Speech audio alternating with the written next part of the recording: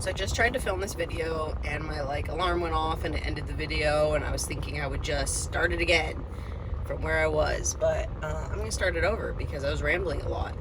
And I think what y'all want to know, now that I'm getting a few viewers and have a few comments, and a lot of you found me on Instagram and are commenting there, even though I have a lot of followers on there, not a lot, but I have a lot more than here.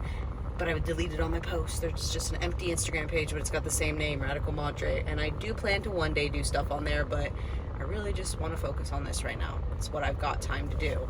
But the main 3 questions I'm getting, I'd say the main 2, are what were your symptoms? Did you have this exact symptom? And I totally get it. You want to know, exactly where I'm at with, did you, if I had the same exact symptom as you, the fatigue, the post-exertional malaise, Lyme, did you have anxiety, are you still depressed, I totally get it, whatever it is that's eating at you, you want to relate it and understand it. So I will talk about my symptoms, and I'd say I have 3 chapters, where it started, when I just kind of gave up on doctors and didn't know where else to turn, but was just not doing anything and still struggling.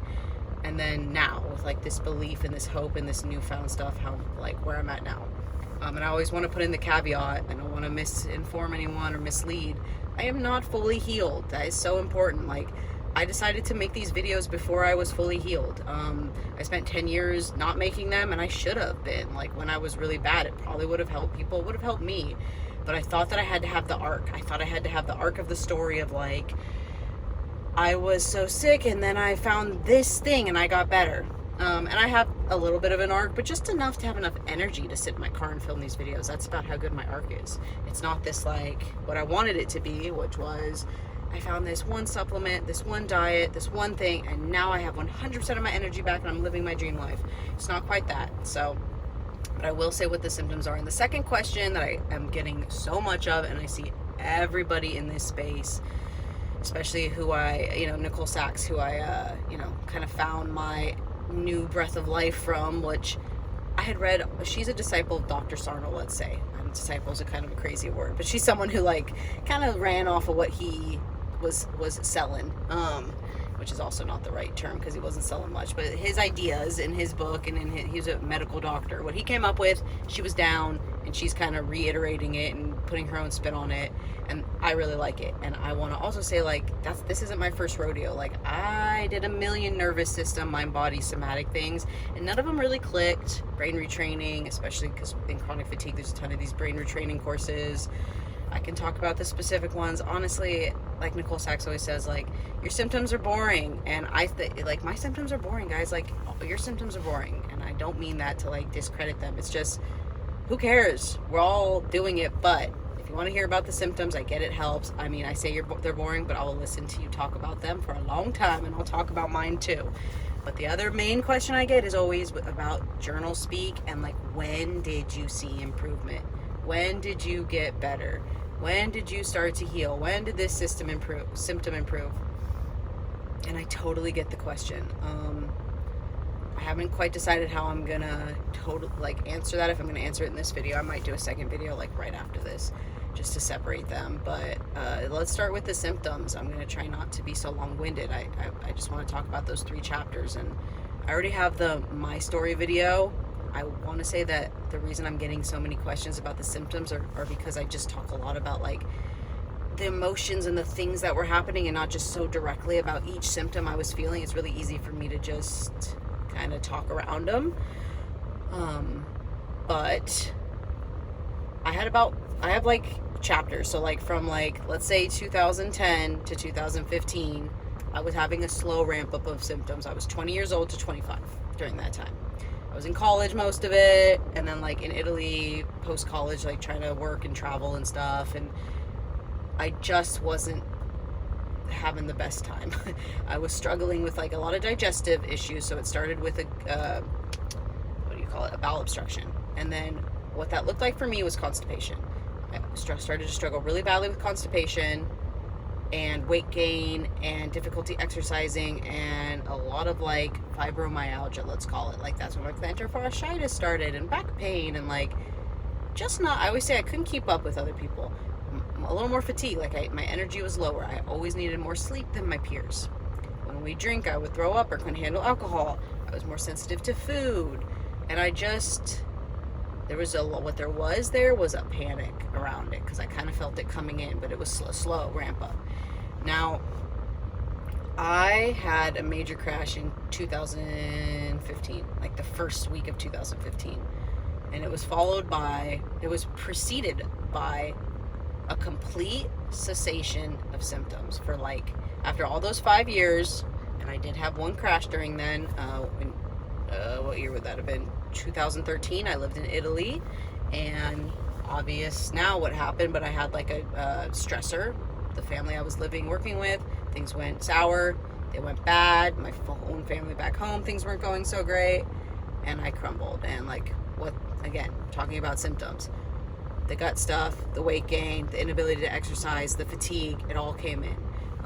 I didn't know what chronic fatigue syndrome was. I didn't know what post-exertional malaise was. But let's put it this way. Let me be specific. I, up to that time, had become, like right after college, was obsessed with like not drinking, not smoking, and exercising and losing weight. So I spent that whole summer after I graduated college in my parents' house, just like controlling my diet. Didn't want to go and see peers because I just didn't think I could control myself and not party. And eating like chicken breasts, and like lost a few pounds. And when I got to Italy, here I am. I lived like not even a kilometer from the Colosseum, in this beautiful penthouse apartment. I was an au pair for this super fun family with 2 beautiful little girls. I didn't go out and see the Colosseum. I mean, I've been to Italy 100 times. That sounds very fancy, but I've literally never been anywhere else because my parents are tour guides. They go back and forth to Italy, so we grew up going there a lot. But I didn't really know Rome because they're from up north in Tuscany. Anyway, fun fact about me. But so I wasn't like, oh my god, I need to go see it all. But I look back on that time, and I was obsessed with like, I needed to get a gym. So the host family, they went to a gym. It was close by. In Italy, you have to go see a doctor, which I actually I'm going to tell it because it's the most hilarious story. To go get okayed to go to the gym, you have to like see a doctor, make sure your heart's okay. I was like 23 and like pretty healthy, very healthy, honestly. I walk in, this doctor in Italy has his feet up on his desk. He's smoking a cigarette inside of his office, looking at Facebook. This mother trucker comes up and like taps me on the back, is like, you're Gucci, 20 euros, and then I'm okay to go see the gym, to go to the gym. Anyway, that's just, come on. Anyway, it was hilarious. I wish I had filmed it, but only in Italy. And so I go to this gym, and I had a routine. I think it was Monday, Wednesday, Friday, I lifted and I ran. And Tuesday, Thursday, I swam. Could have been the opposite of that. It was like 12 years ago, people. So hard to remember. Obsessed. I was so obsessed. And then I would like skate. I was skateboarding a ton. It was so humid. It was so hot. But I would skateboard for like hours and sweating. And I was feeling super good. I was doing good. Like it was, I wouldn't say I had a total cessation of my symptoms because I hadn't really, at that point I was, and really just having like the gut issues and trying to stay away from the food, and I had anxiety and was unaware of how anxious I was and worried about life. But anyway, that's where I was in 2023. And then I had a major crash. I stopped being able to go to that gym. Like I literally couldn't go at all. I switched host families.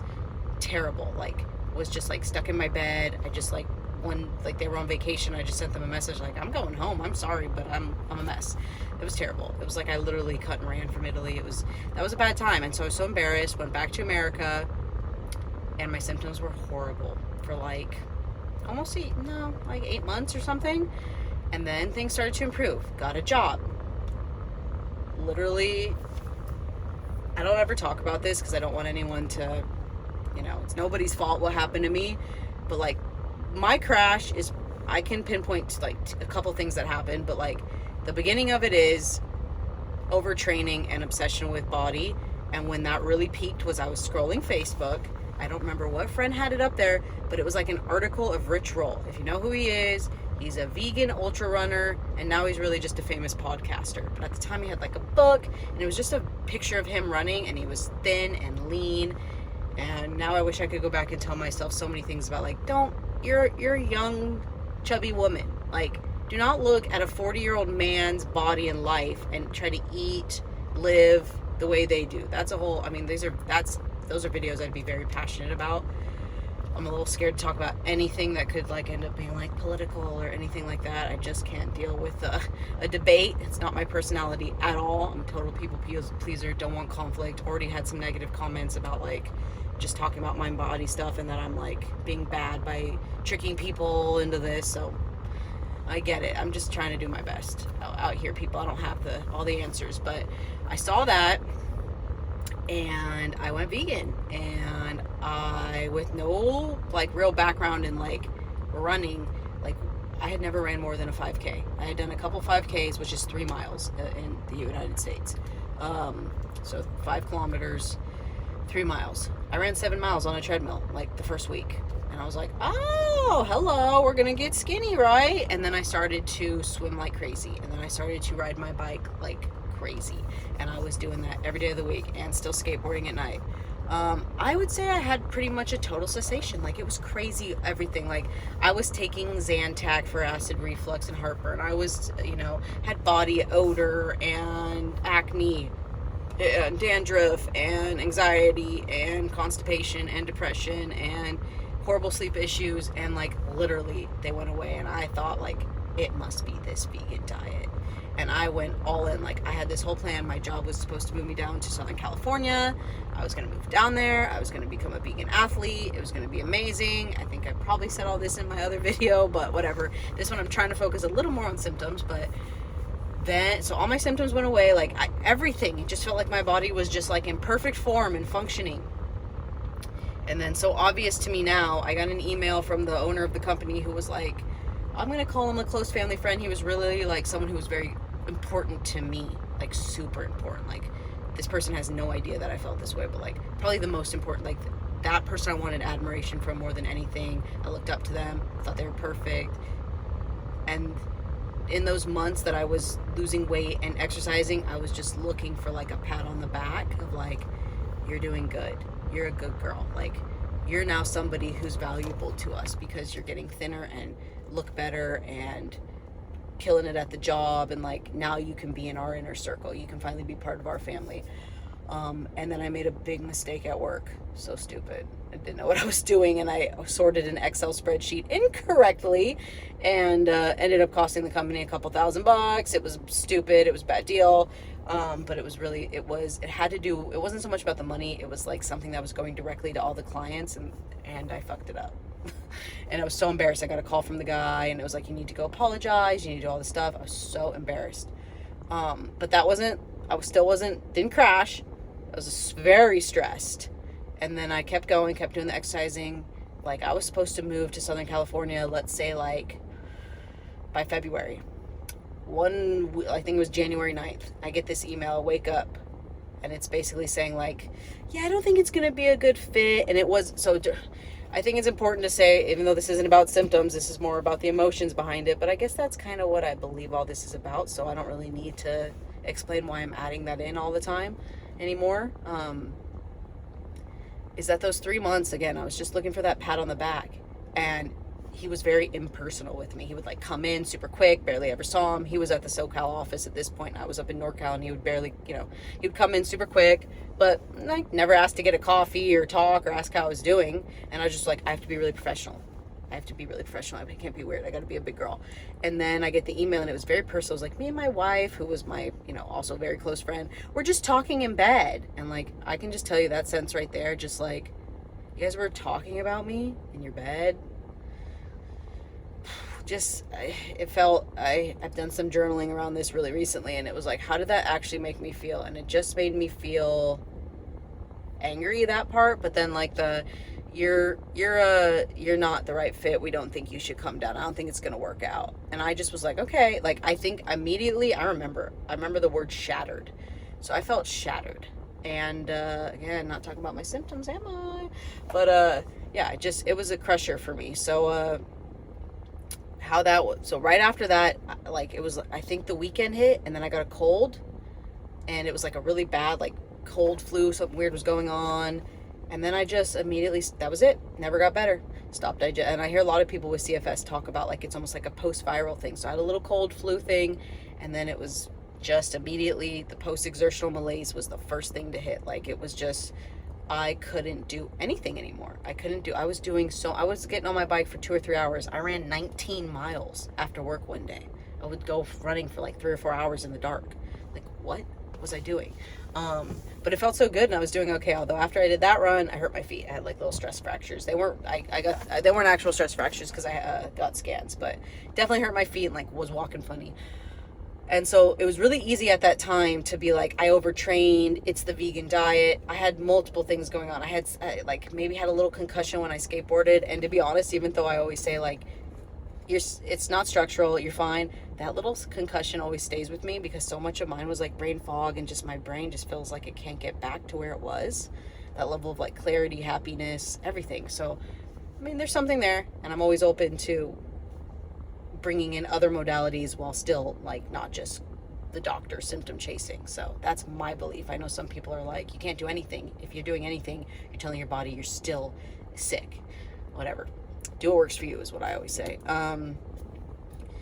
So yeah, then that was the beginning of my crash. It was like January 13th, 2015. And for those, like within a few months, I had to quit that job. I mean, it was terrible. I remember I'd go and I'd fall asleep at my cubicle. I started to have I remember just farting so badly in my cubicle. It was so bad, guys. Like, it was the worst guy. Like, it smelled horrendous. I was so embarrassed someone would come up and do it. And then I started to binge eat. I had binged eat a little. I'd done some binge eating starting in Italy and a little bit in college. But in college, I was always like, partying. And it was like, oh, we're drunk, let's eat. But this was like weird. This was like, I'm this vegan athlete eating like a saint. And now there's cinnamon rolls and I'm going to go like hide in the bathroom and eat them. It was so strange. I hated myself. I was like just so embarrassed by my behaviors. And I was starting to get fat again, and none of my clothes were fitting me. And it just was a horrible scene for me. And then they came back and said, oh, the promotion's yours. You can come to Southern California. And by that time, I had the realization that if I don't know that I knew all my symptoms were my body, but I knew how much that email affected me, and that it was unfair to myself and to them to put myself in their line of sight for the rest. Like, it just wasn't right. So I decided to quit. And I think a lot of, I'll call it trauma for me, is that they have no idea that any of that ever happened. They just think that I just kind of was like, fuck you, I'm leaving. I'm going to go work on a farm. And I think that's what they think. I don't think they know that I kind of like lost my life for like a long time. Again, not their fault, but yeah, there's a lot of thoughts there about how I was and how that all went, and how much I put on those, like, my value on other people's opinions and of me. People that really probably just, they didn't have malice towards me, but they didn't have anything towards me, which was even worse. So yeah, that's when my symptoms were, they were nutty. So the post-exertional malaise, and if I did do anything, soreness everywhere, crash everywhere. Like, just, and by I mean crash, like, I just, like, it was just like pain and heaviness, and I couldn't do anything. I would just be stuck in bed for days, and I'd often get sick, and I'd often have an injury. So I'm like, I just can't do anything. I can't exercise anymore. And so let's get into specifics. Like, in those months right after, a lot of food issues. Every time I ate, I had a headache. I had I would just be foggy, and my head would hurt, and I wouldn't say I don't remember, like, my stomach never hurt, but I did have constipation, and, like, bad. Like, it would be like, it would be a while before I found magnesium. I didn't know about it, so I'd like be trying to take fiber pills and drink a ton of water and do what I could, but until I found magnesium, I didn't really have much help from that. I don't think I had any diarrhea. I don't remember that. It was all constipation. And at that time, for the first, like, especially like a couple years after, hypersomnia. Didn't have insomnia yet. I had, like, probably occasionally, like I'd always had throughout my life. I'd always been a light sleeper. I can remember being a kid and having insomnia, so I guess I had that symptom when I was little, like counting sheep and things like that. I would actually do that, or like I'd focus on my breathing. I didn't know that I was kind of meditating, but it would help me fall asleep. But the hypersomnia was nuts, guys. Like, that's when I had to quit the job. Was I would come home from that job, I would put my bed in a way that I could, like, look at my computer screen. I would lay there until it was like time to go to bed. Couldn't do anything else, and then I'd feel that wired and tired feeling, and then I'd struggle to fall asleep, and then I'd sleep. And when it was time to wake up to go to that job, I would give myself like 20 minutes to like shower and get to that job, and then I would just be a zombie there, and then I would just go home and do it again, and it was miserable. And so yeah, I quit, and still had the hypersomnia for a couple years. I don't want to miss anything. Like, I had a lot of stuff, guys. Like, I had incontinence. When I first left, I went and worked on a farm, and I would pee in my pants like all the time. And I had like went to a urologist, and during times of high stress, I definitely have incontinence. But I had that when I was younger, to be honest. Like when I was like 18, I can remember peeing in my pants, and whenever, laugh or whatever. I remember when I first started to run, I'd completely pee myself. Not when I did the vegan thing, but when I would train for those little 5Ks, I remember being at college and just peeing in my pants, and in Rome doing the same thing. Yeah, I always had like canker sores. What else? I don't like, everyone just wants to know about all the symptoms. I'd say okay, now I'm in the doctor phase from 2015 to like COVID, basically, those 5 years. And so I went and lived on this farm. I made such little money that I qualified for government insurance, and that's when the doctor craziness started. So first I went to my doctor when like my little cold happened after the email and right before the crash. And he's like, you have IBS, sounds like. And he gave me something called imipramine, never took it. It was an antidepressant. Just didn't sound right to me. I thought I just wanted to like heal myself, and I didn't want to take any pills. Again, nothing against medication. If it would have helped me, I wish I would have taken it, but I just didn't. It wasn't the right fit. Whoopsies. So yeah, then I'm on this farm. I have incontinence. I'm working a physical manual labor job because, again, I had no idea what was wrong with me. I just thought I had to I thought it was soul, like emotion stuff, kind of. I thought I just wasn't living my truth. I needed to go to this farm and be vegan, and that I was putting too much into like these other people, and that was like awareness. There was an awareness there, but I still thought it was like structural in the sense that like I needed to find the right diet, and I needed to find there was something off, like a chemical imbalance, and I needed to just fix it. I saw so many doctors, so I spent like 5 years. I have another video about that. And during that time, I was just in a panic. My life was bad. Like, it was tough, and I was just making it smaller and smaller, trying to like figure it out. I don't think those are the symptoms. That's like what was happening. But what was happening in that time was so many diagnoses, and just like Dr. Googling and YouTubing and podcasts. So I just was doing all the treatments as if I had adrenal fatigue, all the treatments as if I had candida, all the diets and treatments and supplements, all of the stuff for SIBO, all of the stuff for Hashimoto's or hyperthyroidism. What else? All of the stuff for Epstein-Barr, Lyme, mold, multiple chemical sensitivities. I was like, it was a lot, guys. It was a lot. And then I just reached burnout and was like, I've gone to 1 million doctors. Now I've done the alternative route. Now I've spent all my money. Now I've tried every supplement. I know exactly how this merry-go-round ends. And it's just me spinning and spinning and spinning. It never stops. So I just decided to get off. And I always say that was sad in a way. It was just, there was no hope. It was like, this is how I'm going to live. Let's just not make it worse by trying to like live in despair and searching for this answer that's never coming. Let's just try to enjoy the life that we do have. Otherwise, I'm just not going to waste my entire life in sadness and despair. But I did kind of waste 5 years in just like medium pain. So during that 5 years of doctor chasing, I did try to go get a big girl job, and it sent me into major worse symptoms. So again, let's talk about more symptoms. So in 2018, would have been October 2018, I started a new big girl job in Silicon Valley.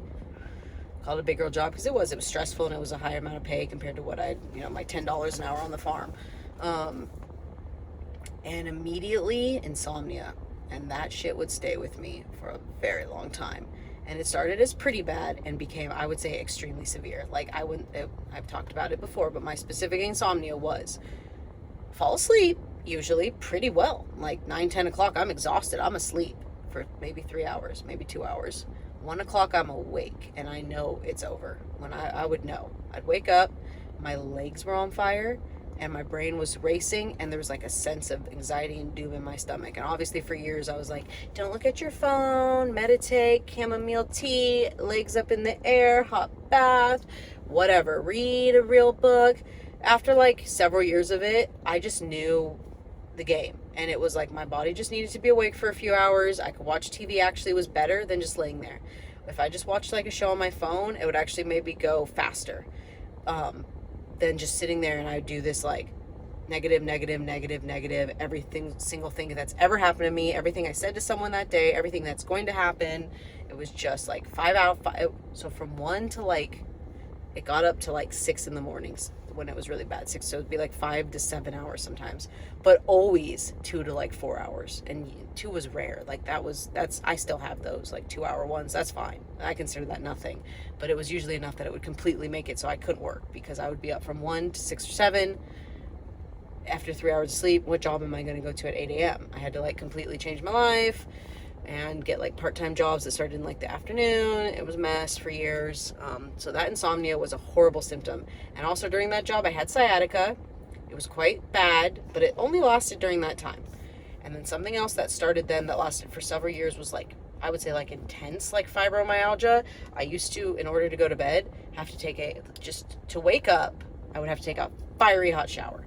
And then just felt stiff throughout my day. And then to go to bed at night, another fiery hot shower, Epsom salt bath, foam rolling, massage gun, magnesium, CBD, whatever. And then I would take ice packs and I'd put them around like my lower back, upper back, hips, glutes, and like mostly my like, why can't I think of my leg muscles? Okay, whatever.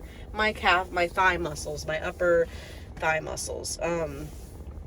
And yeah, they were just in pain and like hot, and I like couldn't fall asleep. So I would do that to fall asleep, and then, they would get cold and I'd take them off, and then I'd wake up 3 hours later and not be able to sleep.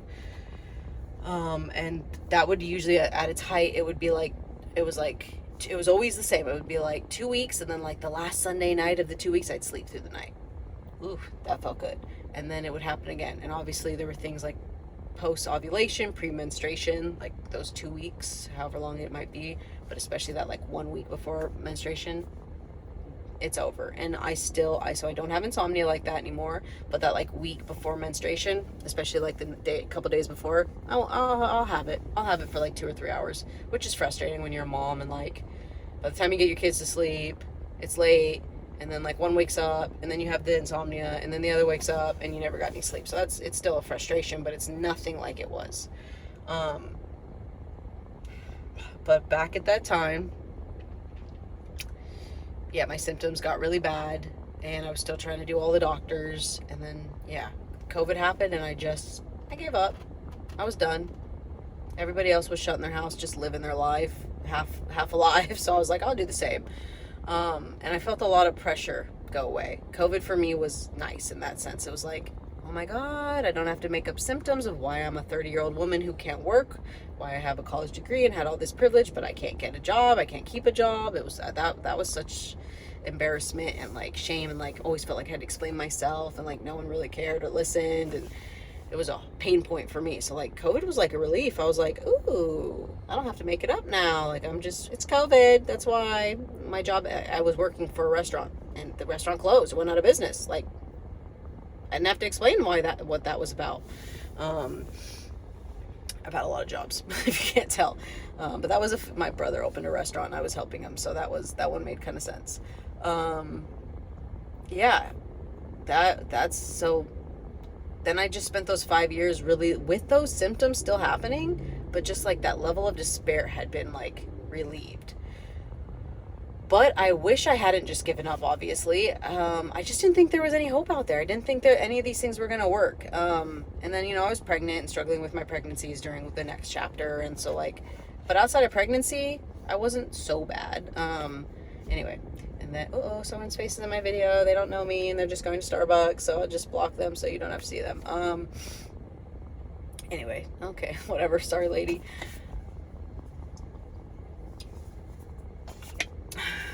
Yeah, I park my car outside of Starbucks because on a Sunday afternoon when my husband's home and my kids wake up from their nap and he watches a movie with them, and my house isn't very big, I can't film there.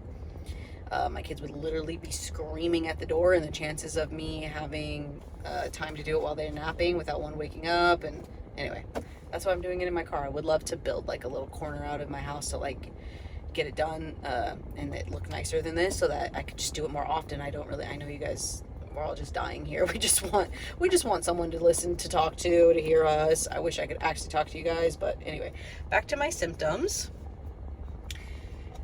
So I spent like, it wasn't the full 5 years. Obviously, we're only 5 years in now, really. So it would have been January of this year. Would have been 5 years, or would have been full 10 years of my crash from that email.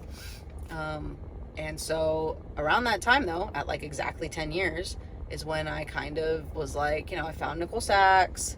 I'd already read Dr. Sarno. I had done all this stuff, and I was like, this does sound good. And I was in my desperate phase again. I would go through bouts of like desperation of like, okay, do I really have to live like this for the rest of my life? I got kids now. I'm never going to work again. I'm never going to exercise again. Like, I'm always going to have these crashes like every a couple days. And like, this is so sad. My husband's going to have to come home from work exhausted. I'm going to be like, sorry, babe, I'm just going to have to go sit in the hot tub, in the bathtub, and like in our room and just be I was a miserable person to be around. I was just upset, resentful to him, mean to the kids. Like, it was bad. I wanted to figure it out. If you're in that place, I will say I stopped nursing recently. Those hormones were definitely part of it. So it's not all just mind, body. There's other things. There's realities. There's your body. You can, again, do what you need to do. But this work is also, I believe, crucial. And even if it's not the right thing for you, if it's helping a lot of people like me, then it's enough. So when I found this stuff, I started to, I was obviously like, I had doubt. I wasn't, I'm like, okay, whatever. I'm going to try it. But really, what was different about it is how much information there was available, how low the cost was, how free it was. So her podcast, it's just so many testimonials. You're just getting all this information. Her book's great. And it was just really easy to be like, yeah, like I believe in this. Like, I'm going to do the work. So I guess that could lead me to the second part. I think I'm going to film a whole nother video on how long it took for my symptoms to start to go away, but let's just say where my symptoms are now. So I'm not going to get into specifics, but like, I'm doing the journal speak and my symptoms start to, I don't want to say go away, but there'd be days where I'd be like, oh, I didn't have insomnia. Oh, I've gone to the bathroom every day this morning, like on my own. And let me tell you, I still have to do, this is gross. There's something called splinting. This may be TMI, but if you know what that is, if you have extreme constipation, it's like, if you are a female, you can use your other hole to help the stool through your number 2 hole. You can use your number 1 hole to help the stool through your number 2. Highly recommend if you need it. I have like a bidet that I was using like an enema, which I've always been like, I'm going to give myself like an infection. Oh my God. If you guys don't judge me, I don't need any comments about, like, don't do that. I know. But, like, that's how I was going to the bathroom. Or I was taking a ton of magnesium, or I just wasn't going. Anyway, so like I had a few days like that. I think that might have been when I filmed some of my first videos, and I always joke, I'm like, I had a good week, so I decided I'm a YouTuber. But yeah, I started to feel good, and it just builds on itself. Then it's like, oh, wait, like, is this working? And I don't care if it's a placebo, baby girl. That's fine with me. Whatever works, works. I had some people be like, oh, it's just a placebo, and like, who gives a shit? Like, I'm getting better. How are you doing? Like, if you're gonna just hate on it, like, try it. Yeah, that's kind of just what happened. You start doing the journal speak. Again, I'm going to do it in a second video, but I don't think it ever helps to really talk too much about exactly like when or where my symptoms went. It's like, if you believe the work and you're going to do it, you're going to do it. If you're just waiting, like if you just want to like journal one day and just wake up perfect, which there are a lot of her testimonial like podcasts, like people tell their story and their stories like that, where it's like instant. And honestly, I get it. Those are inspirational, but they're not that helpful, because I'd say 95% of us that's not how it's going to go. And that's not how it's going for me. It's like, she calls it concentric circles up the mountain. So it's not like I did this and now I'm at the top of the mountain. It's more like I'm getting a little higher, but I'm just kind of spinning my wheels, but I'm still getting higher. And that's what journal speak and all of this is for me. So like, it's shit. You have to keep going up this fucking mountain in circles and circles. It's a lot of walking. It's a lot of working, but you're getting up. Like, you, in the end, you still got there. It might have taken you longer than you wanted. It might have been a little more laborious and annoying, but you still got there. And I'd say that's how journal speak is going to look for me. Anyway, maybe I don't have to film that second video because there it is. But I think I'm going to do it anyway, and I'm going to add a little more to it. But yeah, so my symptoms now are less frequent crashes, more hope and belief, which is taking down the anxiety and the despair. And really what brought me to this work was I was having mom rage. I was yelling at my kids, irritable with my kids and my husband, and unhappy. And I hated that. Here I have this life I always wanted, finally, the kids and the husband and the house, kind of, whatever. It's not perfect, but it's there and it's happening. So I decided to, like, I was looking for like hormone help or something, and I just knew it was bullshit. I just knew I was going to get nowhere again. I knew I was going to pay someone a bunch of money for some like rose hips and some vitamin C, and it was just going to do nothing for me, and I was going to be back where I started. So, and for some reason though, a reel came up that like spoke to me, and it linked me through to Nicole Sachs' podcast, and that was it. And I started to see a lot of my symptoms get better. And what those are, my post-exertional malaise. I can exercise a little more. I can handle a little more. I will say, I've also had some other weird symptoms come up. I went to Nicole Sachs' retreat in upstate New York, and like right before I went, my Achilles tendons both like flared up so bad I could hardly walk. And my plantar fasciitis, I don't even know if that's what this was, because it was so painful, like I couldn't step on my foot. How weird was that? And at the retreat, mostly went away. Kind of came back after the retreat, and now it's gone again. Again, can I call that chronic and incurable and under the umbrella of all of this? It hasn't been 6 months or more. It's been but it was a couple months, and it was weird because it so fell into TMS. It was on one side, then both sides, then neither sides, then one side, then the other side. That kind of stuff kind of to me screams like mind-body stuff. Not structural, right? If it was structural, it'd be on one side, you would have hurt that foot, it'd stay there. If it was something like rheumatoid arthritis, maybe it'd be on both sides and it'd stay there. It wouldn't just keep jumping, moving all around, which they call the system imperative. Symptom imperative. My friends make fun of me. I always say system imperative. You're symptom imperative, meaning like you're doing the journal speak, you've had migraines for 10 years, your migraines are gone. And now you have stomach aches and IBS. It's a good sign, is what they say. It's like it's working. Your body, your symptoms are on the run from you doing the emotional work. You're like chasing them. I like that visual kind of. They're moving around until you can release whatever's going on and release the symptoms too. So like what's honest, like what have you all just listened, if you've listened for 37 minutes to this, where are my symptoms? Where were they? Where are they now? Yes, they've improved. I'm not completely healed. I'm kind of just sharing this, and I think that's something that's so hard, and the reason I didn't do this for so long is like, if you share a modality on the internet, you're married to it. If I said I did Nicole Sachs and I healed a little bit, if I come out here in 5 years and say, hey guys, this was all bullshit, and actually that didn't really help me, and I'm just as bad as I was, you guys are, then it's like, you are Satan, you lied, you did something wrong. And I think a level of that does happen on the internet. I've definitely watched people for years, and like, they're all great, and then like, especially when I was a vegan and I was kept trying to be vegan and wanted it to make me better again. And I'd watch these people that were like, seem so healthy. And then they'd come out and be like, hey guys, I've been feeling terrible. I've been bloated. My digestion's bad. I'm not vegan anymore because it was making me sick. And now I'm starting to eat meat and I'm better.